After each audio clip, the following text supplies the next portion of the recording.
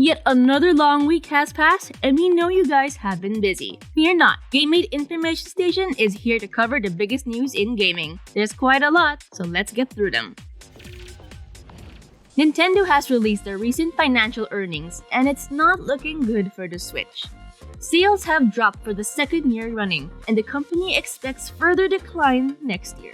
Nintendo revealed that the Switch sold 17.97 million units in the financial year 2022 to 2023, which is significantly lower than the 2021-2022's 23.06 million and 2020 and 2021's 28.83 million units.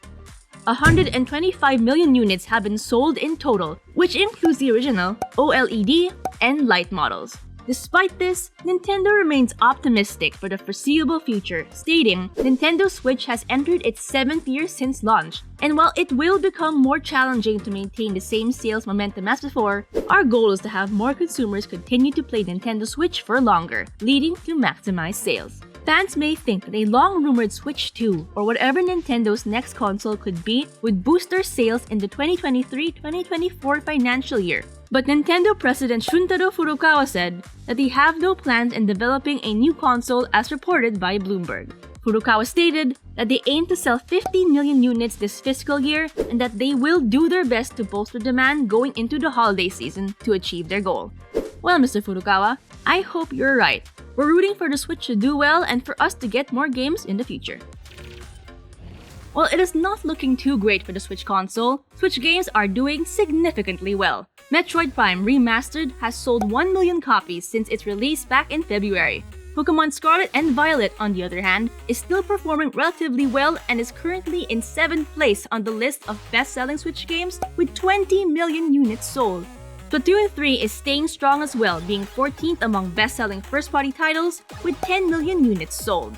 These are impressive numbers, and with Tears of the Kingdom officially out, Nintendo's first-party titles are sure to rake in the big bucks. Speaking of Pokemon, Private Division officially announced their partnership with longtime Pokemon developer Game Freak in developing a brand new samurai game called Project Bloom. Project Bloom is described as an ambitious new action-adventure game, and it is going to be very different from Game Freak's previous title.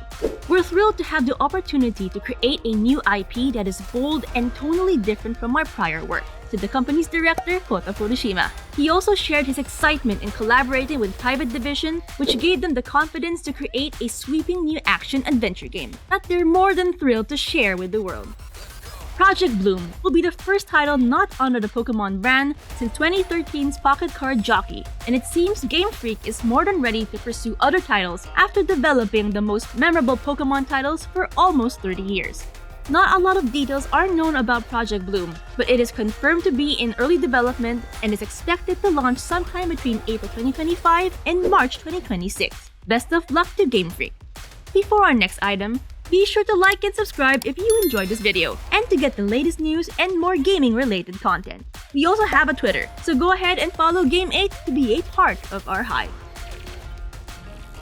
Starfield has received an M rating from the Entertainment Software Rating Board, or ESRB. While this is nothing new, Starfield is apparently filled with interesting and spicy details, which earned its M rating. According to the ESRB's website, Starfield is an open-world role-play game wherein the players will assume the role of a miner in search of artifacts across the galaxy. The game will apparently feature first- and third-person perspectives throughout the game as players interact with various characters, complete quests, and battle human, robot, and/or alien enemies. But this is where things get a little saucy. The game contains suggestive material in the dialogue. One of the examples is, "I'm all for getting a little wild. The next time, let's try it without the jetpacks." What did he say?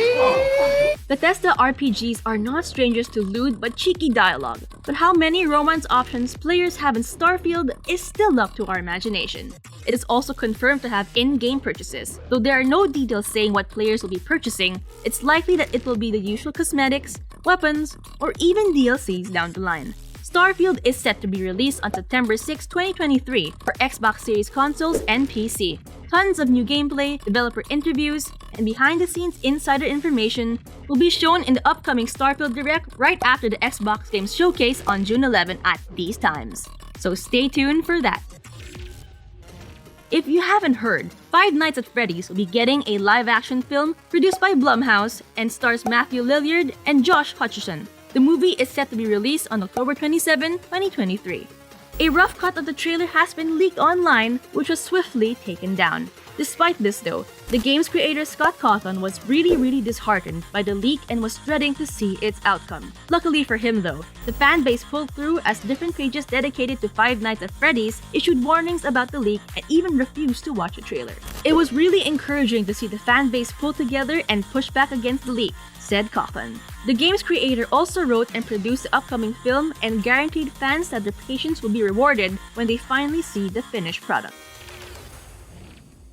There's so much more stuff to cover, so check out our shorts to keep you up to date on many more news on all things gaming. The year is just getting started, and there are already so many good games to play and even more memorable gaming news to keep you in the loop. And we can't wait to see more. This is Game8 Information Station, and we'll see you again on the next one.